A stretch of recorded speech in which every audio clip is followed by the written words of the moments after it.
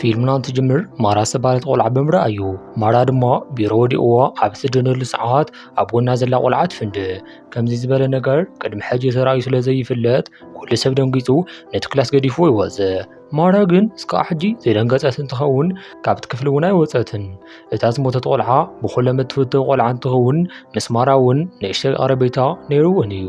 ናይ ማራ ዘይምድንጋፅ ድማ ንኻልኦት ተምሃሮ ዘደንገፆም እንትኸውን ኣብ መጨረሻ ድማ ካብቲ ክፍሊ ትወፅእ። ብኻሊእ ገጽ ቴስ ትበሃል ቆልዓ ድማ ናይ ማራ ናይ ቀረባ ዓርቃ እያ።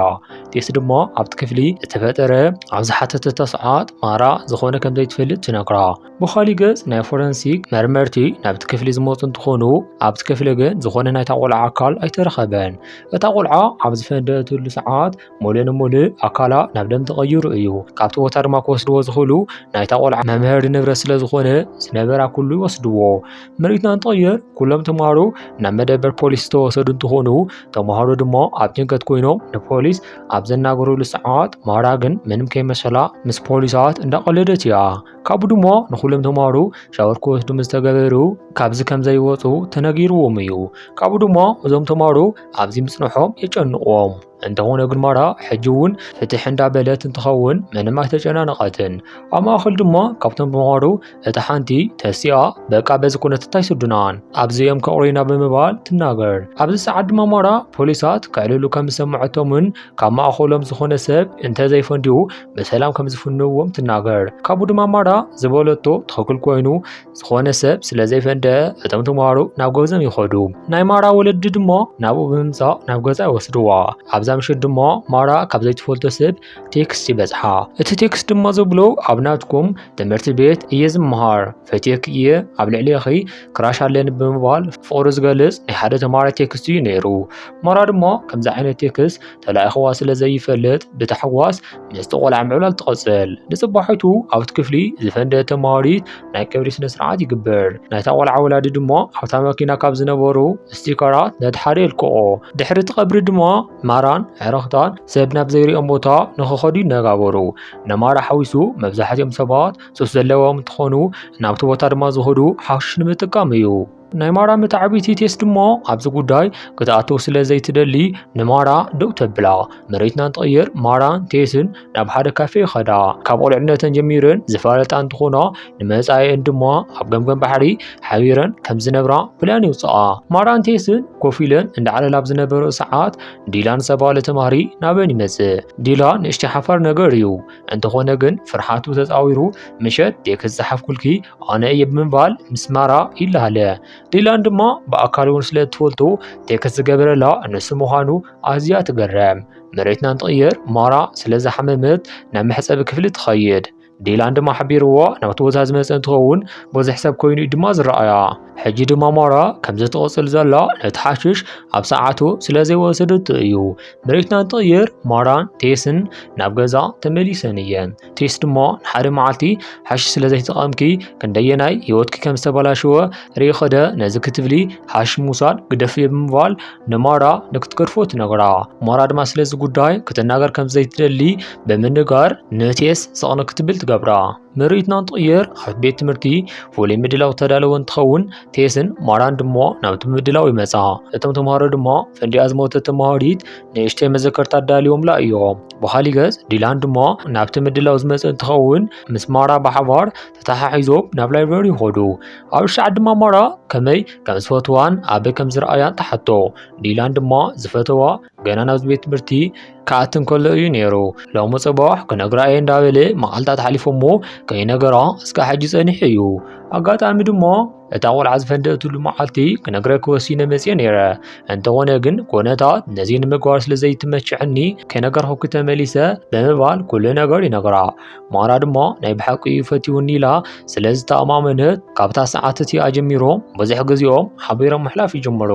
ሓደ መዓልቲ ድማ ኣብ ስታድየም ኮፍ ኢሎም እንዳሃለዉ ማራ ሰለስተ ተፃወቲ ፎቶ ትስእሎም ካብኡ ድማ ማራ ፎቶ ምስ ሰኣለቶም ካብ ሰለስቲኦም እቲ ሓደ ብዙሕ ከይጸንሐ ፈንዲ ይመውት። እቲ ነገር ድማ ነቲ ናይ ከባቢ ሰባት ሓድሽ ስለ ዝነበረ ኩሉ ሰብ እንዳጎየ ኣብ ዘምለጠሉ ሰዓት ዲላንን ማራን ሓቢሮም ይወፁ።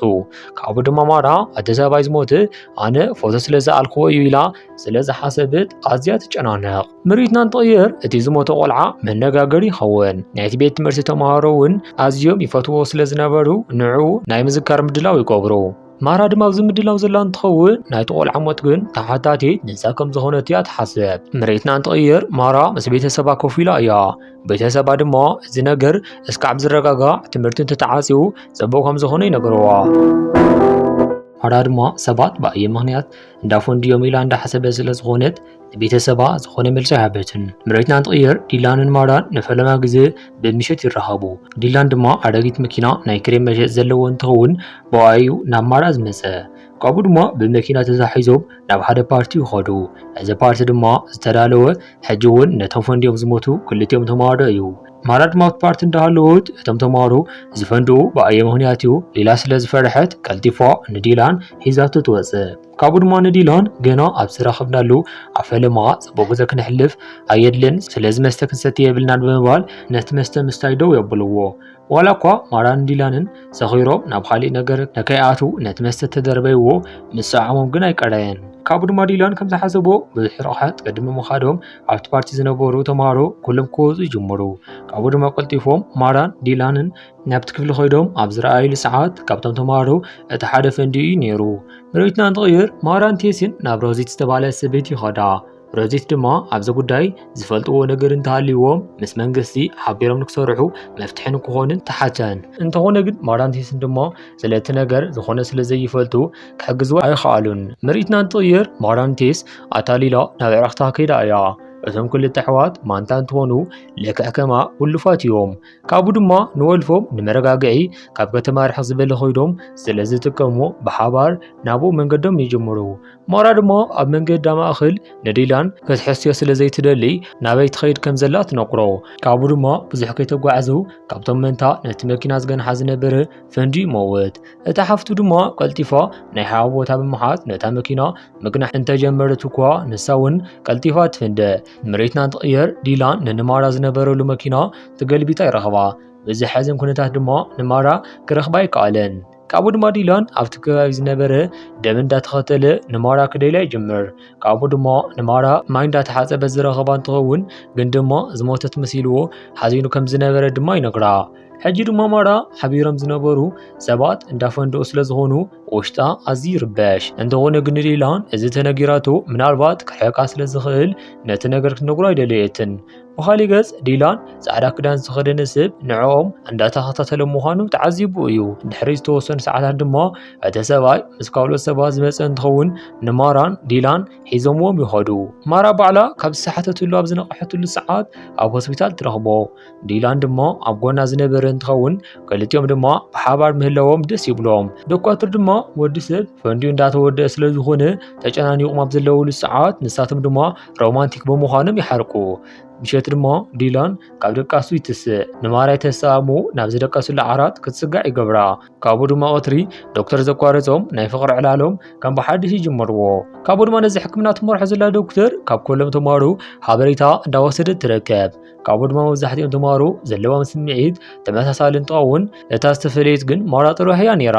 ምሸት ማራን ቴስን ብሓባር እንዳሕለፉ ይርከባ። ማራ ንዲላን ምስ ረኸበት ነቴሳ ሙሉእ ንሙሉእ ዝገደፈታ እንትኸውን በዚ ድማ ኣዝያ ቀኒያ እያ። በዚ ምክንያት ድማ ማራን ንዲላን ንዓን ከም እተረዳድዎም ካብኡ ድማ ሰለስቲኦም ብሓባር ከም ዘሕልፉ ቃል ተኣትወላ። ምርኢትና እንትቕየር ኩሎም ተምሃሮ ኣብ መዘናግዒ ማእኸል ይርከቡ። ማራ ድማ እዞም ሰባት ክስድና ዒላማ የብሎምን ስለዚ ካብዚ ነምልጥ ብምባል ነቶም ተምሃሮ ትነግሮም። እንተኾነ ግን እቶም ተምሃሮ ኣብዚ ዘሎ ግዚኦም ሕጉሳት ስለ ዝኾኑ ዝኾነ ሰብ ንምውፃእ ኣይደለየን። ዲላን ድማ ኣብዚ ማራ ሕጉስ ከም ዘይኮነ ዝፈሊጡ እዩ። ካብኡ ድማ ኣነ እንዳሃለኩ ንምንታይ ድብራ ብምባል ምስኣ ፅቡቅ ግዜ ከሕልፉ ይጅመሩ። ካብኡ ድማ ሳይንቲስታት ንተምሃሮ መግለፂ እንዳሃቡ ይርከቡ። ካብኡ ድማ እስካብ ሕጂ ሰብ ዝቐትል ዘሎ ነገር ኣይፈለጥናን። እንተኾነ ግን ናይ ህዝብና ውሕስነት ክሕነሕሉ ስለ ዘለና ብዙሓት ዓይነት መድሓኒት እንዳሰርሓና ኣብ ልዕሊኹም ክንፍትን ኢና ብምባል ይነግርዎም። ኣብዚ ሰዓት ድማ ማራ ካብ ኩሎም ተማሃሮ ውፅእ ዝበለ ፀባይ ስለ ዘለዋ ንሕና መፈተና ይኹናን ብምባል ትነግሮም። ኣብ ካሊእ እዋን ምስ ማራ ተፀራርደው ዝብሉ ዝነበሩ ሕጂ ብናታ ሓሳብ ዝተሰማምዑ እንትኾኑ እንዳጠርዑ ነቲ ሰብኣይ ከናገርዎ ጀምሩ። ካብኡ ድማ ኣብዚ ማእኸል ካብቶም ተማሃሮ ሓደ ፈንዲ መውት፣ ካሊእ ተማሃሮ ድማ ኣብ ዝደቀሰሉ ፈንዲ መውት። ካብቲ ካምፒ ድምፂ ዝሰምዑ ቤተሰብ ድማ ቀልጢፎም ናብኡ ይመፁ። ዶክተር ድማ ክልተ ቆልዑ ብሞት ከም ዝሰኣኑ ንቤተሰቦም ይነግርዎም። ብካሊእ ገጽ ናይ ተማሃሮ ምፍንዳእ በዛ የብቅዐን። ካብ ናይ ቀደም ዝገደደ ሕድሕድ ተማሃሮ ኣብ ዘለውሉ እንዳፈዱ እንትኾኑ ዶክተር ድማ ብዙሓት መድሓኒት ምፍታኖም ቀፂሎም እዮም። ኣብ መጨረሻ ድማ ንኩሎም ተማሃሮን ንመብዛሕትኦም ሰባት ተስፋ ክኸውን ዝተባሃለ ሰማያዊ ክኒን ይስራሕ። ካብኡ ድማ ተማሃሮ እዚ ሰማያዊ ክኒን ምስ ወሰድዎ ንብዙሓት መዓልታት ምፍንዳእ ደው ይብል። ዶክተር ድማ እዚ መድሓኒት ብጎቦ ሰሪሑ ኢሎም ስለ ዝኣመኑ ነቶም ተማሃሮ ምስ ቤተሰቦም ይሓውስዎም። ካብኡ ድማ ማራ ምስ ቤተሰባ ናብ ገዛ እንዳኸደት እያ። እቲ መዓልቲ ድማ ናይ ክሪስማስ መዓልቲ ዝነበረ እኳ እንተኾነ ኣብ መንገዲ ግን ዝኾነ ናይ ክሪስማስ መግለፂ ኣይነበረን። ናይ ማራ ቤተሰብ ድማ ኩሉ ሰብ ኣብ ሓዘን ስለ ዝኾነ ሰብ የኽብሮ ከም ዘየለ ይነግርዋ። ማራ ንከይድብራ ብምባል ግን ኣብ ገዛዋ ንእሽተይ ሰሪሖሙላ እዮም። ካብኡ ድማ እዞም ተማሃሮ ካብ ዶክተር ብዝተዋሃቦም ትእዛዝ መሰረት ኩሉ ግዜ ምሸት ክኒን ክውሕጡ ኣለዎም። ካብኡ ድማ ካልኦት ሰባት ዝፍንድኡ ዘለው ብኣ ምክንያት ክኸውን እኳ ተኸኣለ ማራ ግን መድሓኒት ምውሓጣ ቀፂላ እያ። ምርኢትና ትቕየር ማራ ናብ ሊላን ገዛ ትኸይድ። ናብ ናቱ ገዛ ዝመፀት ንፈለማ ግዜ እንትኸውን ምስኡ ድማ ኣብቲ ዓለት ሓቢሮም ይድግሱ። ኣብ ሰዓት ድማ ዲላን ትምህርቲ ኣብ ቀረባ ክጅመር እዩ ኣዝዩ ደስ ይብል ብምባል ንማራ ይነግራ። ማራ ግን በዚ ሕጉስ ኣይኮነትን። ናይ ፈለማ ፍንዳታ ዝተጀመረ ኣብዚ ቤት ትምህርቲ ስለ ዝኾነ ሕጂ እውን ክፈጠር እዩ ዝኸውን ኢላ ፈሪሓ እያ ዘላ። መብዛሕትኦም ተማሃሮ ናብ ቤት ትምህርቲ እንትኸዱ ሕጉሳት ዝኾኑ እንትኾኑ ማራ ግን ምስ ዲላን ክትኾን ተላ ጥራሕ እያ ሕጉስቲ ትኸውን። ቫላንታይን ደይ ድማ ምስ ዲላን ፅቡቅ ግዜ ይሕልፉ። ምርኢትና እንትቕየር ኣብ ካምፕ ውሽጢ ዝነበረ ዶክተር ናብ ቤት ትምህርቲ ትመፅእ። ንተማሃሮ ድማ ስሙዝበተን ዝተባሃለ ክኒና ተዳልዩ እዩ። ንሱ ድማ ሕጂ ትፍትንዎ ኢኹም ብምባል ሓበሬታ ትህብ።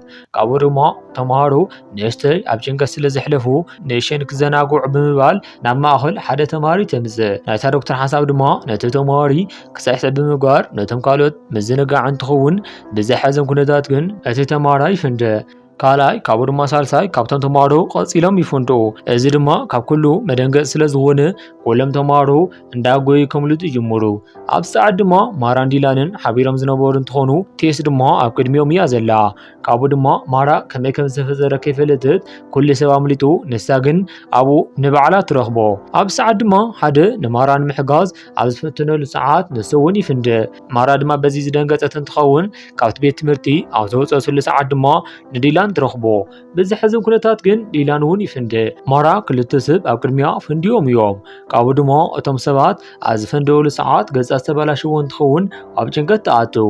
ቤተሰባ ድማ ንዓን ምፅንናዕ ምስ እንዳደቀሱ እዮም። ማራ ግን ሙሉእ ንሙሉእ ተስፋ ዝቆረፀት እንትኸውን ነቲ መድሓኒት እውን ምውሳድ ገዲፋቶ እያ። ንመጨረሻ ግዜ ድማ ካብ ገዛ ዝወፅእ ናብ ናይ ዲላን ቀብሪ ነይሩ። ካብኡ ዝገደደ ድማ ንቤተሰባ ዘይትገደስ ዝኾነት እንትኸውን ኣብ ቅድሚኦም ክትሰቲ ትጅምር። ንኣቦኣ ኣዕርኽተይ ዝፈትዎም ኣፍቃርዬ ኩሎም ኣብ ቅድመይ ፍንዲኦም። ኣነ ንስኻን ኣደይን ሓደ እዋን ክንፍንዲ ኢና ብምባል ተስፋ ዘቑርፅ ዘረባ ትዛረቦ። ሙሉእ መዓልቲ እንዳሰተየት ምስ ወዓለት ምሸት ድማ ሰኺራ ካብ ገዛ ትወፅእ። ካብኡ ድማ ብደገ ምስ ሓደረት ናብ ገዛ ከይኸደት ምስ ቴስ ትራኸብ። ቴስ ድማ ትምህርቲ ስለተጀመረ ኩሉ ሰብ እንዳኸደ እዩ። ሓቢርና ንኸይድ ኢላ እኳ እንተሓተተታ ማራ ግን ክትኸይድ ኣይደለየትን። ናብ ሓደ ሱፐርማርኬት ድማ ብምኻድ መስተ ሰሪቓ ከይኸፈለት ትወፅእ። ሮዚት ድማ እቲ ነገር ካብ ቴስ ስለ ዝሰምዐት ንማራ ንክተረጋግዕ ናብኣ ትመፅእ። ማራ ድማ ኣብ ኢዳ ዘሎ ጥርሙዝ ደርቢያ ናይ መኪና መስትያ ትሰብሮ። በዚ ድማ ናይ ማራ ወለዲ ሓርቁ። ንሳቶም ተስፋ ንክህልዋን ብስነ ስርዓት ምንባር ንክትጅምር ብዙሕ ነገር ተገበሩ እኳ ንሳ ግን ናይ ቀደም መንነታ ንምምላስ ፈቃደኛ ኣይኮነትን። ኣብ ክፍላ ድማ ተምሃሮ ስለምንታይ እንዳዋጉዑ ከም ዝኾኑ ምርኣይ ጀሚራ እያ። ኣብ ቀረባ መዓልቲ ድማ እቶም ተምሃሮ ፅቡቅ ምድላው ኣዳልዮም እዮም። እንተኾነ ግን ብዙሕ ሰብ ኣብቲ ምድላው ንኽርከብ ፈሪሑ እዩ። ምክንያቱ ኣብ ቤት ትምህርቲ ሰብ ምስ ተኣከበ ቁፅሪ ሓደ ሰብ ስለ ዝመውት ምናልባሽ ድማ ቀፃሊ ንሕና ኢና ንመውት ኢሎም ኩሎም ፈሪሖም እዮም። ማራ ድማ ነዚ ምስ ረኣየት ተምሃሮ ብኣኣ ምክንያት እዮም ይፍንድኡ ከም ዘለው ኣሚና እያ። በዚ ድማ ሓዚና ንብሕታ ኣብ ዝተቐመጠትሉ ሰዓት ቴስ ናብኣ ትመጽእ ካብኡ ድማ ምስኻርኪ ጸገም የብሉን ግን ድማ ካብቲ ምድላው ከይተቐሪብ ምባል ናብቲ ምድላው ንክትመጽእ ትገብራ ኣብቲ ምድላው ኩሎም ዝሞቱ ሰባት ብምርሳዕ እንዳተዘናግዑ ዝነበሩ እንትኾኑ ማራ ድማ ኣብቲ ቦታ ዝነበሩ ኩሎም መስተ ናብ ሓደ ገልቢታቶ እያ መምሃራን ድማ እትገብሮ ዘላ ትኽክል ከም ዘይኮነት ተፈለጡ እኳ ዝኾነ ሰብ ግን ንማራ ንክናገራ ኣይድፈረን ካብኡ ድማ ማራ ትሰክርሞ ናብቲ መድረኽ ብምውፃእ ኩሎም ተምሃሮ ዝሞቱ ብኣኣ ምክንያት ከም ዝኾኑ ትናገር ካብኡ ድማ ብዝሕዝን ኩነታት ግን ድሕሪ ማራ ዘላ ተማሪት ድማ ልክዕ ከማ እያ ትሓስብ በተመሳሳሊ መልክዑ ካሊእ ተማሪት እውን ከምኡ እያ ትሓስብ ካብኡ ድማ ሕጂ ማራ ኩሎም ተምሃሮ ሰባት ዝሞቱ ብኣየ ምክንያት ኢሎም ከም ዝሓስቡን ናታ ጥራሕ ፀገም ከም ዘይኮነ ትረዲእዋ እዩ ናብ ናይ ዲላን መቃብር ከይዳ ኣብ ትድቅሰሉ ሰዓት ኣዲያ ናብኣ ትመጽእ ኣዲያ ድማ ንካልኦት ሞት ተሓታቲት ከም ዘይኮነት ነሳረደታ ናብዋ ይቕሬታ ንክትሓቶ ትነግራ ንጽባሒቱ ድማ ማራ ናብ ገዛ ብምኻድ ንኣቦዋ ይቕሬታ ተሓቶ ካብኡ ድማ ዲላን ኣብ ዝፍንደሉ ሰዓት ኣብ ገንበራ ዝነበረ ፋሻ ተልዕሎ ማራ ድማ ነዚ ዝገበረት ሕጂ መድሓኒት ተረኺቡ ፍንዳታ ሙሉእ ንሙሉእ ደው ስለ ዝበለ እዩ ማራ ናብ ሮዚቲ ምስ ከደት እዚ ከተማ ክገድፎ እየ ብምባል ተሰናቢታታ ትኸይድ ካብኡ ድማ ዲላን ዝጥቀመሉ ዝነበረ ኣረጊት መኪና ብምሓዝ ቤተሰባ ድማ ተሰናቢታ እያ ሕጂ ድማ ናይ ማራ ቤት ትምህርቲ ክፈርስ ተወሲኑ እዩ ኣብዚ ዓመት ጥራሕ 31 ተማሃሮ ፈንዲኦም ሞይቶም እዮም እቲ ትምህርቲ ቤት ድማ ዝፈረሰ ንተማሃሮ ጽቡቕ ትውስታ ስለ ዘይኮነ ሙሉእ ንሙሉእ ንክርሳዕ ስለ ዝድለ እዩ ኣብ መጨረሻ ድማ ማራ ተስፋ ምቁራፃ ገዲፋ ተስፋ ምግባር ጀሚራ እያ ምናልባት ክምርዖ እየ ምናልባት ክጠንስ እውን ይኽእል እየ ምናልባት ድማ ናይ ሃገር ፕሬዚደንት እውን ክኾን ይኽእል እየ ካብኡ ድማ ኩሉ ሰብ ናብ ዝኽዶ ክኸይድ እየ ክመውት እየ ብምባል ንምንታይ ዝኽሉ ዝጭነቕ ብምባል እቲ ናይ ኩሉ ግዜ ሕልማ ኣብ ገምገም ባሕሪ ምስቴስ ምንባር ይጅምራ ካብቲ ሕማም ዝረዳኽዎ ነገር ዝኾነ ሰብ ኣብ ዝኾነ እዋን ክመውት ከም ዝኽእል እዩ ንስኻትኩም እውን ኣብ ዝኾነ ሰዓት ክትሞቱ ስለ ትኽእሉ ዘሐጉሰኩም ነገር ግበሩ ብምባል ማራ መልእኽታት ተቐምጥ ፊልምና ኣብዚ ትውዳእ ፊልመይ እንተፈቲኹማ ላይክ ግበሩለይ ነዛ ቻናል ሳብስክራይብ ምግባር ቤተሰብ ይኹኑ እንዳበልኩ ኣብዚ ክፍለየኩም ሰሰናይ ኩሉ ንዓኹም